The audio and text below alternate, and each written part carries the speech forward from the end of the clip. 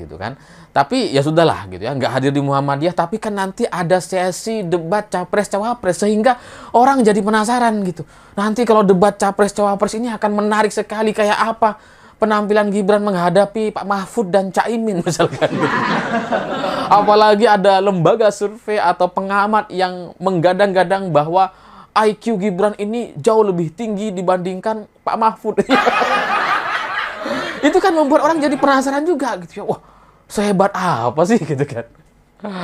Ya tapi ternyata hari ini kita semua dikecewakan karena KPU kemudian memutuskan bahwa tidak ada debat cawapres.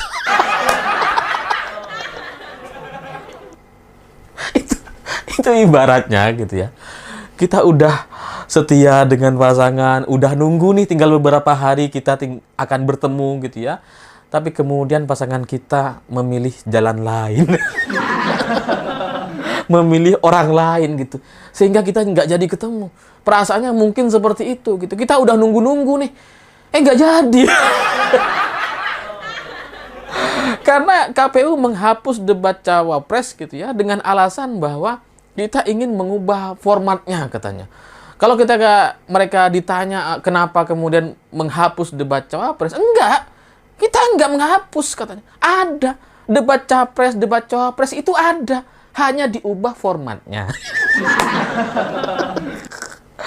Padahal sebenarnya dihapus itu.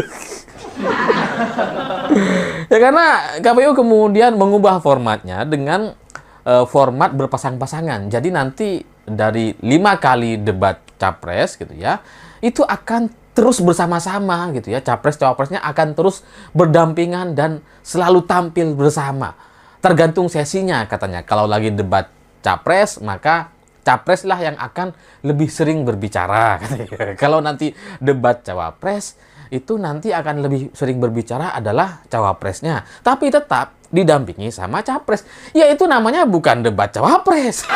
Itu debat capres-cawapres.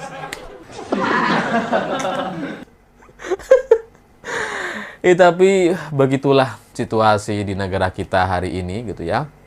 Semua aturan, bahkan undang-undang bisa diubah dengan sesuka hati para penguasa. Sehingga hari ini ketika KPU membuat aturan baru atau dalam bahasa saya menghapus debat cawapres karena kemudian hanya menyisakan debat capres-cawapres, karena kalau berpasangan-pasangan ya pasti bukan debat cawapres gitu kan. Itu menunjukkan atau mengingatkan kita kepada cerita di MK beberapa waktu yang lalu, karena mirip ini gitu ya. MK itu kan keputusannya gitu ya, kita tetap capres-cawapres itu usianya 40 tahun gitu. Tapi gitu ya, kalau di bawah 40 tahun itu boleh, asalkan pernah menjadi kepala daerah gitu ya. Makanya kemudian Gibran bisa maju. Nah ini juga sama gitu. Enggak, debat capres-cawapres itu ada, tapi berpasang-pasangan. Boleh debat cawapres asal didampingi sama capresnya. Tapi bagi saya ini nanggung gitu. Aturan yang sangat-sangat nanggung. Kenapa nggak sekalian dibuat aturan bahwa debat capres-cawapres itu bisa didampingi sama bapak dan paman gitu, kan enak nanti.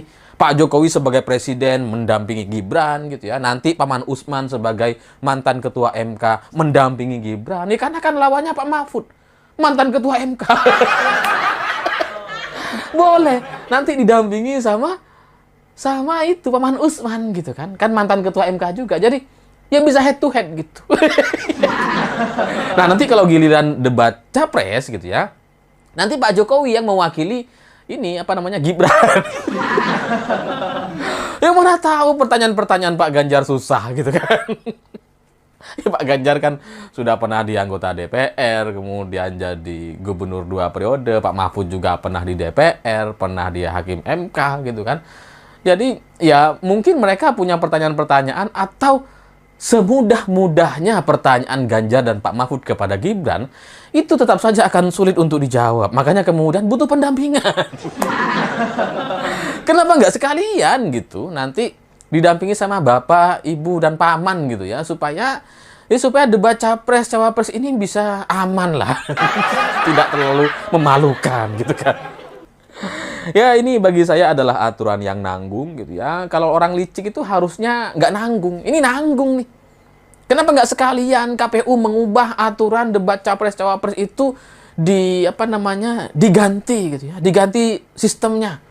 Nggak cuma didampingi sama capres gitu, tapi juga didampingi sama biduan dangdut misalnya. Biar bisa joget gitu. Kan asik gitu kan.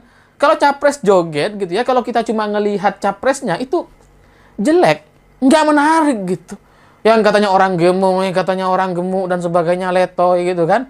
Tapi kan mukanya muka nggak menarik. Gitu. Walaupun kita terbiasa ngelihat mbak-mbak yang joget gitu kan. Masa kemudian disajikan sama kakek-kakek udah gemuk, kakek-kakek joget. Itu terus terang bagi saya menghancurkan selera kita semua.